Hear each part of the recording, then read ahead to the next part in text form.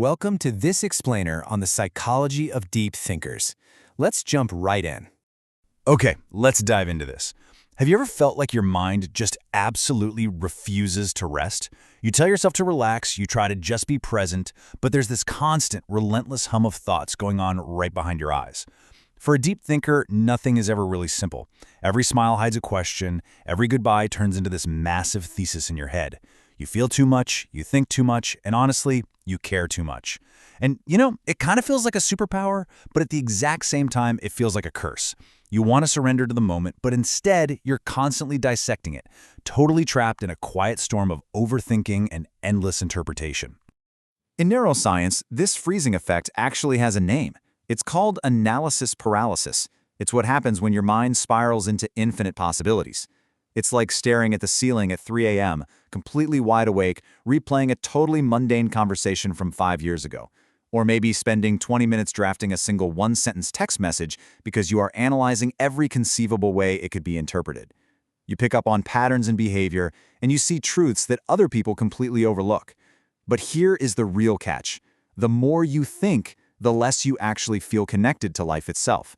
Because every single emotion gets filtered through this intense microscope of reason, you essentially become both the actor and the isolated audience member of your very own life. Now, we need to slow down for a second, because this is where things get really profound.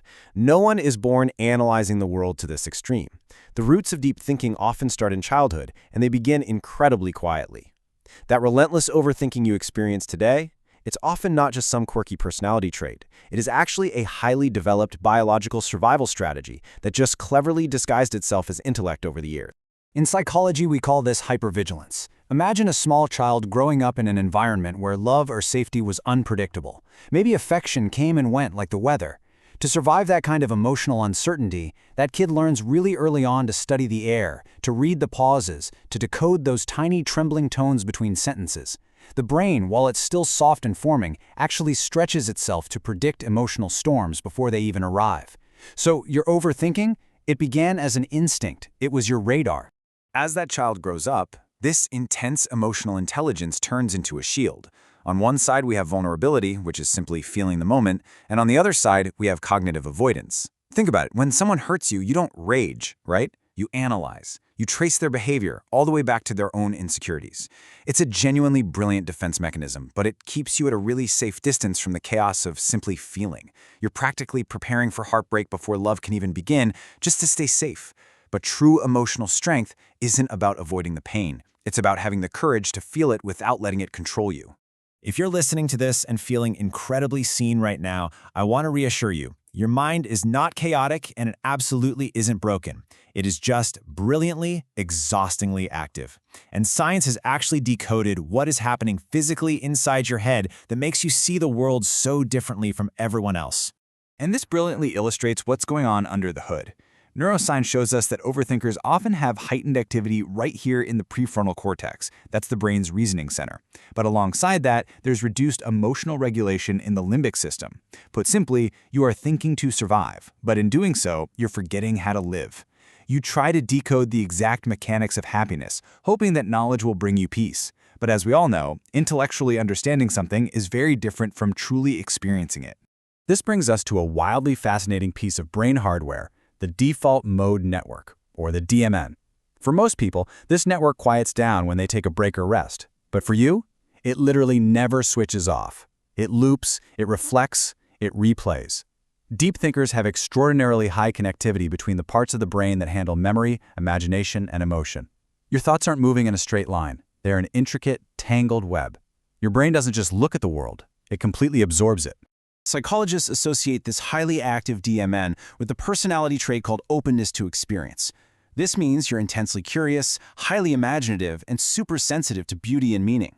But we have to acknowledge the emotional cost of this trait, because your doors of perception are thrown so incredibly wide open, absolutely everything gets in. The joy, the pain, the noise of the entire world. You don't just see your environment, you feel its physical weight pressing heavily against your mind. And having that heavy, wide-open perception leads us to a massive external conflict. What exactly happens when this profound internal depths clashes head-on with the sheer, unrelenting noise of modern society? Because let's be real, we live in a remarkably loud and fast-paced world. Deep thinkers find themselves constantly trapped in this neural tug-of-war. Studies actually suggest you oscillate between two distinct neural states, the analytical network and the empathic network. And these two systems rarely play nice together. When one activates, the other fiercely resists. So you are constantly swinging back and forth between cold reason and deep emotion, between strict logic and incredible sensitivity. It's this elegant, beautiful chaos, but wow, it is deeply and profoundly exhausting to manage every single day. And that physical exhaustion you feel, it is absolutely real. We call it empathy fatigue. Because you have such high mirror neuron activity, you literally internalize the pain of others as if it were your own. You can walk into a room and feel the unspoken tension immediately. But here's the problem. Your emotional hardware is burning out. Your brain interprets all of these emotional signals as tiny emergencies, which floods your system with cortisol and adrenaline. You end up carrying around the fragments of everyone else's unspoken pain. Now compound that natural empathy with the digital age, and what do you get? Cognitive overload. Our culture today totally rewards quick answers, endless scrolling, and instant sound bites. Everything feels urgent, but nothing really feels real. For a deep thinker, living at this fragmented pace feels like spiritual exile. You naturally crave real connection, real stillness, and real dialogue. So when your deep, slow-processing mind is forced to conform to society's frantic speed, you suffer from some seriously intense burnout. So what's the game plan? How do we actually fix this? How do you become emotionally unbreakable? And spoiler alert, it's not by shielding yourself with more logic. It's by actually embracing life. There comes a point where you realize you simply cannot think your way out of everything. The healing of a deep thinker doesn't come from thinking more. It comes from remembering how to just be.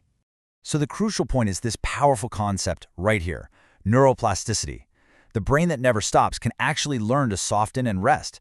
You don't need to violently silence your thoughts. Honestly, that's impossible anyway.